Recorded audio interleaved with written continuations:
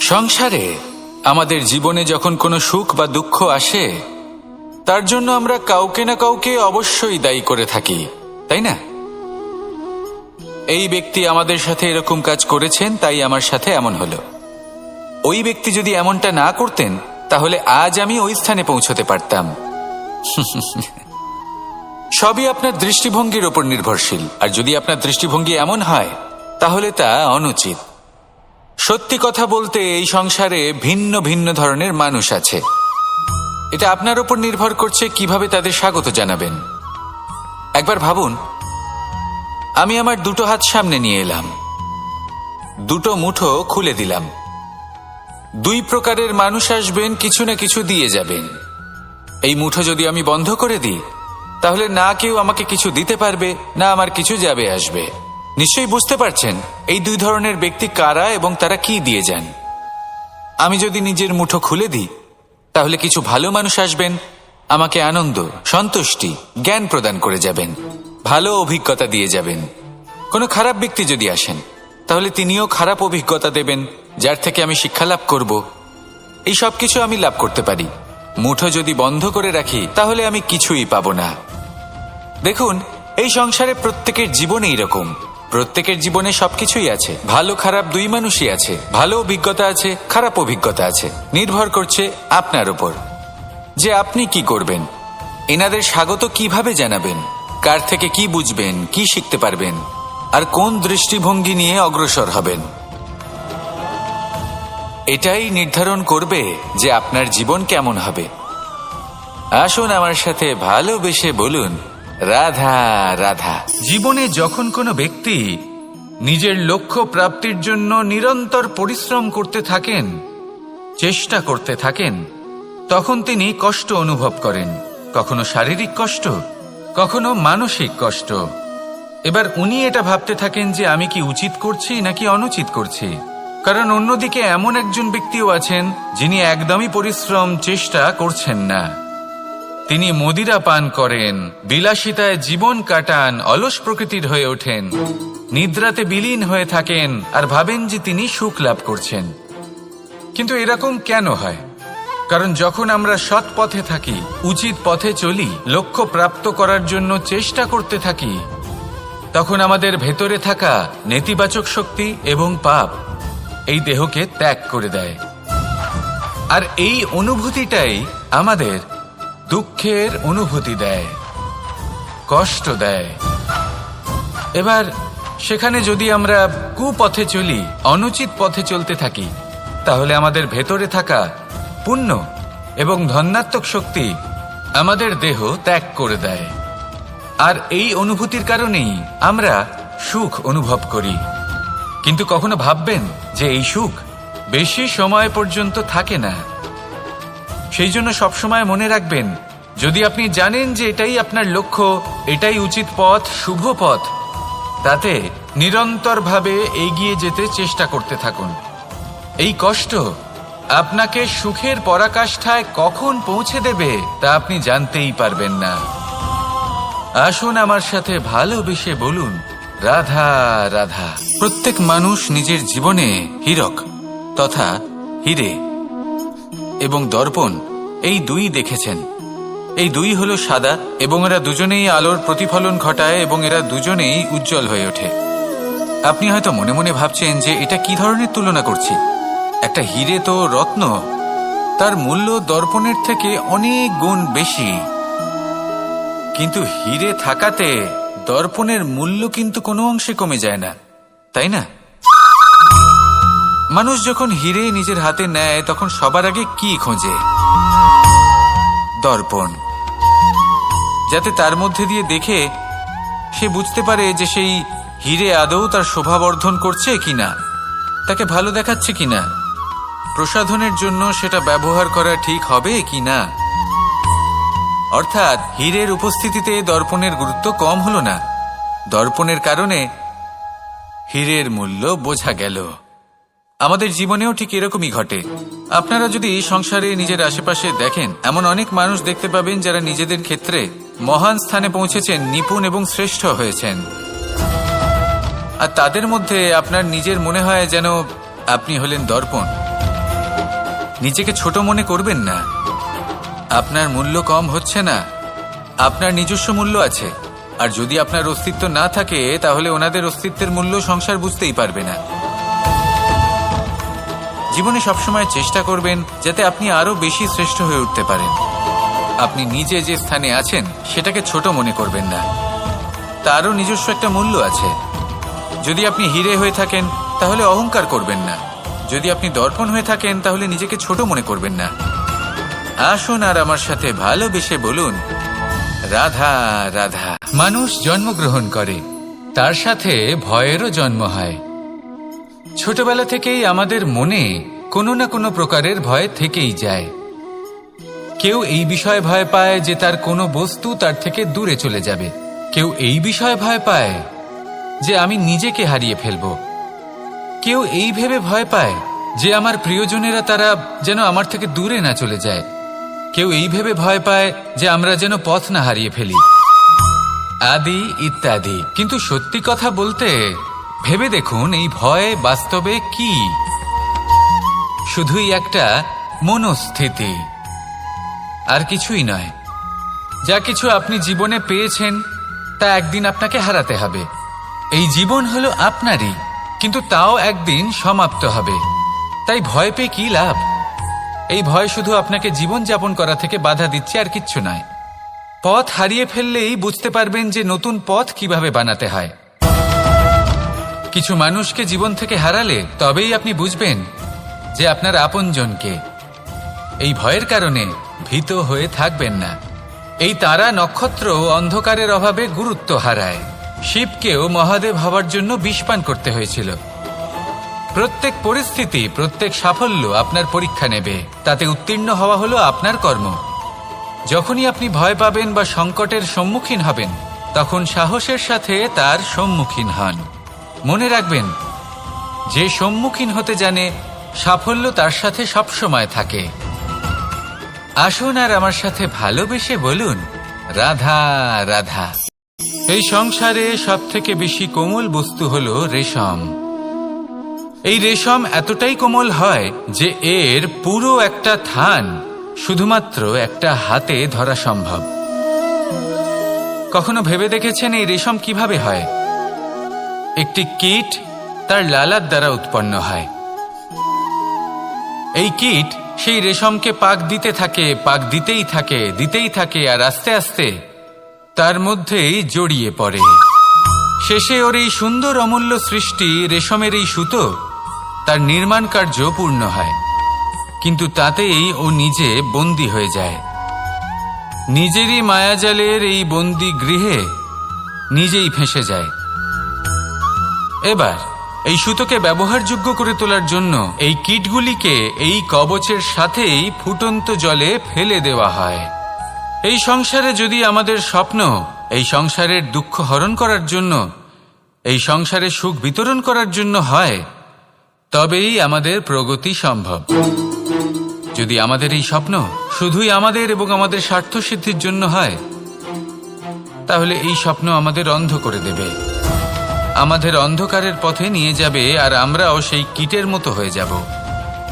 নিজেদেরই মায়াজালে আমরা নিজেই ফেঁসে যাব, আর শেষে আমরা যদি কিছু লাভ করি তা হবে একাকিত্ব, অন্ধকারময় মৃত্যু। তাই স্বপ্ন অবশ্যই দেখুন, কিন্তু এমনভাবে স্বপ্ন দেখবেন না যে তার এই বন্দিগৃহে আপনি নিজেই ফেঁসে গেলেন। স্বপ্ন দেখুন পরোপকারের, পরমার্থের, সবাইকে উদ্ধারের, অন্ধকারের নয়। তবেই কল্যাণ হবে, আর তবেই এই হৃদয় প্রসন্ন হয়ে বলবে, রাধা রাধা। মানুষ যখন এই সংসারে প্রবেশ করে, অর্থাৎ জন্মগ্রহণ করে, তখন নিশ্চিন্তে থাকে, আনন্দে থাকে। কিন্তু যেইমাত্র তার মধ্যে বোধশক্তি আসে, তখন সে চিন্তা করতে শুরু করে। চিন্তা ভবিষ্যতের, সেই সমস্ত বিষয় নিয়ে চিন্তা করে যা ওর হাতে নেই। তারপর বড় হয়, বিবাহ সম্পন্ন হয়, গৃহস্থ জীবন যাপন করে, তারপর আবার চিন্তায় মগ্ন হয়ে যায়। ভাবে, এই যে আমার পরিবার, আমি কি ঠিকমতো তার খেয়াল রাখতে পারছি? কাল যখন আমি এই সংসার থেকে চলে যাব, তখন আমার এই পরিবারের দেখাশোনা কে করবে? শেষ পর্যন্ত এই পরিবার তো আমারই উত্তরদায়িত্ব। যাক, আপনাকে একটা প্রশ্ন করি। এই সংসারে আসার পূর্বে আপনি কি এই প্রশ্ন করেছিলেন, এটা ভেবেছিলেন যে আমাকে ছাড়া এই সংসার কিভাবে চলবে? করেননি, তাই তো? তাই আপনার এটা নিয়ে দুশ্চিন্তা করার প্রয়োজন নেই যে আপনি যখন এই সংসার ত্যাগ করে চলে যাবেন তখন কি হবে। আপনি যখন ছিলেন না তখনও এই সংসার চলছিল, আপনি যখন এই সংসার ত্যাগ করবেন তখনও এই সংসার চলতে থাকবে। যদি কোনো বিষয়ের প্রভাব থাকে তা হলো আপনার আজকের তথা বর্তমানের কর্ম, অর্থাৎ আজ আপনি কি করছেন, কার জন্য মঙ্গল করছেন, কাকে প্রেরণা দিচ্ছেন, কাকে সাহায্য করছেন, কোন উদাহরণ প্রস্তুত করছেন। আপনি এই সংসারে যে ছবি অঙ্কন করবেন সংসার সেটাই মনে রাখবে। তাহলে শুধু সৎকর্ম করুন, মঙ্গল করতে থাকুন, আর আমার সাথে ভালোবেসে বলুন রাধা রাধা। একবার একটা শেয়াল বনে বিচরণ করছিল। ও একটা ছোট্ট শাবক দেখতে পেল। ও ভাবল, আজ একেই আমি খাবার হিসেবে গ্রহণ করব। আশেপাশে দেখলো কেউ দেখছে না তো, কেউ ছিল না, আর সেই শাবকের ওপর আক্রমণ করল, যা হলো একটা ঘোর অপরাধ। বনের নিয়ম অনুসারে আপনি কখনোই শাবকের ওপর আক্রমণ করতে পারেন না। তারপর এই খবরটা যখন রাজা সিংহ জানতে পারলেন, সভার আয়োজন করলেন। কিন্তু সেখানে শেয়াল বলল, আমি তো এরকম কিছু করিনি। কিন্তু যদি আপনি এরকম বলেন, কোনো প্রমাণ দিন, এর কোনো সাক্ষী আছে? তখন রাজা সিংহ পেঁচাকে ডেকে পাঠালেন, যে সেই মুহূর্তে বৃক্ষের শাখার ওপর বসেছিল, সে সব কিছু দেখেছিল। পেঁচা সব সত্যি কথা বলল, আর শেয়ালকে মৃত্যুদণ্ড দেয়া হলো। এবার এই কাহিনী আমি আপনাকে কেন শোনালাম? কারণ মানুষও কখনো কখনো এরকম কর্ম করেন যা শিয়াল করেছে। এটা ভাবেন কেউ দেখছে না, যখন আমি অনুচিত কর্ম করতেই পারি। কিন্তু না, আপনি যাই করুন না কেন, কেউ না কেউ অবশ্যই তা দেখছে। কোনো ব্যক্তি না হলেও কোনো প্রাণী, না হলে কোনো যক্ষ বা দেব বা প্রেত। যদি এনারা কেউ না দেখেন, তাহলে ধরিত্রী মাতা দেখেন, যেখানে দাঁড়িয়ে আপনি সেই কর্ম করছেন, তাই না? তাই একটা কথা সবসময় মনে রাখবেন, কে দেখছেন কে দেখছেন না সেই বিষয়ে ভাবা ছেড়ে দিন। এটা খুব সহজ কথা। আপনি যদি উচিত কর্ম করেন, উচিত ফল পাবেন। যদি অনুচিত কর্ম করেন, তাহলে আপনি অনুচিত ফল অবশ্যই পাবেন। সেই জন্য উচিত পথে চলতে থাকুন, উচিত কর্ম করতে থাকুন, আর আমার সাথে ভালোবেসে বলুন রাধা রাধা। সুখ, দুঃখ এবং শক্তি, এই তিন হলো এই সংসারের ত্রিদেবের মতো। আমাদের জীবনে যা কিছু ঘটছে এই তিনটির ভিত্তির উপরেই হচ্ছে। আসলে এই সংসারের একটা নিয়ম আছে, যখনই আপনি কিছু লাভ করেন, এই সংসার আপনার পরীক্ষা নেয়। এটা জানার জন্য আপনার পরীক্ষা নেয় যে আপনি যা কিছুই লাভ করেছেন, আপনি কি আদৌ সেটার যোগ্য কিনা। ঠিক সেইভাবেই এই সুখ, দুঃখ এবং শক্তি আপনার পরীক্ষা নিয়ে থাকে। যখন সুখ আসে, তখন সে আপনার পরীক্ষা নেয় যে আপনার মধ্যে অহংবোধ জাগ্রত হয়নি তো। যদি অহংবোধ চলে আসে, তাহলে সুখ সেখানেই সঙ্গ ত্যাগ করে। দুঃখ আপনার ধৈর্যের পরীক্ষা নিতে থাকে, আর যদি আপনার মধ্যে ধৈর্য না থাকে, তাহলে এটা আপনাকে আরো বেশি দুঃখের গভীর অন্ধকারে ঠেলে দেবে। সেখানে শক্তি পরীক্ষা নেয় আপনার বিনম্রতার। যদি আপনি বিনম্র না হন, তাহলে হয় এই শক্তি আপনার সঙ্গ ত্যাগ করবে, নয় এই শক্তি বিনম্রতার অভাবে আপনার পতনের কারণ হতে পারে। এই সংসারে যে কোনো ব্যক্তি যিনি এই পরীক্ষায় উত্তীর্ণ হয়ে থাকেন, এই জীবনে তিনি সাফল্য লাভ করেন। আসুন আমার সাথে ভালোবেসে বলুন রাধা রাধা। আমি মনুষ্যরূপে জন্ম নিয়েছি এবং সমস্ত কর্ম এই রূপেই করেছি। কিন্তু আশ্চর্যের বিষয় হলো যে আজও মানুষ আসেন এবং হাত জোড় করে প্রার্থনা করেন যেন আমি ওনাদের সহায়তা করি। আপনাদের একটা কথা বলতে চাই, আমি সকলকে সাহায্য করতে পারবো না, কিন্তু আমি শিক্ষা অবশ্যই দিতে পারবো, জ্ঞান প্রদান করতে পারবো। এমন কিছু জ্ঞান যার ভিত্তিতে মানুষ যা চাইবেন তাই লাভ করতে পারবেন, যদি সঠিক কর্ম করতে থাকেন। যখন কংসের অসুররা গোকুলে ধ্বংসলীলা চালাচ্ছিলেন তখন আমি কারোর থেকে সাহায্য চাইনি। আমি দাঁড়িয়েছিলাম এবং আমি তার বিরোধিতা করেছিলাম। সবাই বলেন যে আমি ছোট্ট একটা আঙুলে গোবর্ধন পর্বত তুলেছিলাম, কিন্তু আমি কি ওখানে একা ছিলাম? কখনোই নয়। আমার সাথে অসংখ্য গোকুলবাসী, অসংখ্য বর্ষণাবাসী ছিলেন, নিজের হাতে একটা লাঠি নিয়ে। ওনাদের মনোবল, ওনাদের আশীর্বাদ আমার সাথে ছিল। মহাভারতে আমি শুধুই শিক্ষক ছিলাম, আমি শুধুই শিক্ষা দিয়েছি। লক্ষ্য সাধন করেছে অর্জুনই, যুদ্ধ করেছে অর্জুনই এবং জয়ীও হয়েছে অর্জুনই। আমি শুধুই শিক্ষা দিতে পারি। অবশেষে আপনাকে শুধু এটুকুই বুঝতে হবে যে ঈশ্বর সবকিছু করতে পারেন না, করতে হবে আপনাকে। ঈশ্বর আপনাকে আশীর্বাদ করতে পারেন যে কাজ আপনি মন থেকে করবেন সেটা অবশ্যই পূরণ হবে। সেই জন্য নিজের লক্ষ্যের পথে এগোতে থাকুন। চেতনা, বিবেক এবং পরিশ্রমের দ্বারা আপনার যা যা স্বপ্ন আছে, যা লক্ষ্য আছে, আপনি অবশ্যই লাভ করবেন। আর এই মন সুপ্রসন্ন হয়ে বলবে, রাধা রাধা। ভোজন। এই সংসারে যেই হোক না কেন, কোনো মানুষ হোক, কোনো প্রাণী হোক, কোনো কীট হোক বা কোনো বনস্পতি হোক, প্রত্যেকের জন্য ভোজন অতি আবশ্যক। কারণ ভোজন থেকেই শক্তি পাওয়া যায়, আর সেই শক্তি দিয়েই সংসারের, আমাদের জীবনের সমস্ত কার্য করা যায়। এবার এমন এক ধরনের শক্তি হয় যা শীতের ঋতুতে সূর্য থেকে আমরা পেয়ে থাকি, আর আরেক ধরনের উত্তাপ হয় যা দিয়ে ভোজন রান্না করা হয়, সুস্বাদু নানান ধরনের ভোজন। এবার অত্যন্ত গুরুত্বপূর্ণ হলো যে ব্যক্তি সেই ভোজন বানাচ্ছেন তার মানসিক পরিস্থিতি এবং সেই ব্যক্তি যিনি ভোজন গ্রহণ করছেন তার মানসিক অবস্থা। যখনই আপনি ভোজন বানাচ্ছেন তখন ভালোবাসার সাথে কাজটা করুন, ধন্যাত্মক ভাব নিয়ে, সৎ ভাবনার সাথে। কারণ আপনার এই মানসিক স্থিতি শক্তির আকারে সেই খাদ্যের সাথে মিলেমিশে যায়। আর যখনই আপনি ভোজন গ্রহণ করছেন তখন সদ্ভাবনার সাথে, প্রসন্নতার সাথে গ্রহণ করুন, ধন্যাত্মক ভাব নিয়ে। যদি আপনি প্রসন্নতার সাথে রান্না করেন, প্রসন্নতার সাথে খাদ্য গ্রহণ করেন, তাহলে আপনি প্রসন্নই থাকবেন। আর মন সুপ্রসন্ন হয়েই বলবে, রাধা রাধা। দীপাবলি আমাদের সবথেকে বড় উৎসব। শ্রীরাম রাবণকে পরাস্ত করে 14 বছরের বনবাস কাটিয়ে আবার অযোধ্যায় ফিরে এলেন অমাবস্যার রাত্রে। অযোধ্যায় সবাই খুব প্রসন্ন ছিলেন, খুবই উৎসাহিত ছিলেন। অযোধ্যায় সহস্র প্রদীপ প্রজ্বলিত করা হয়েছিল এই উৎসবে।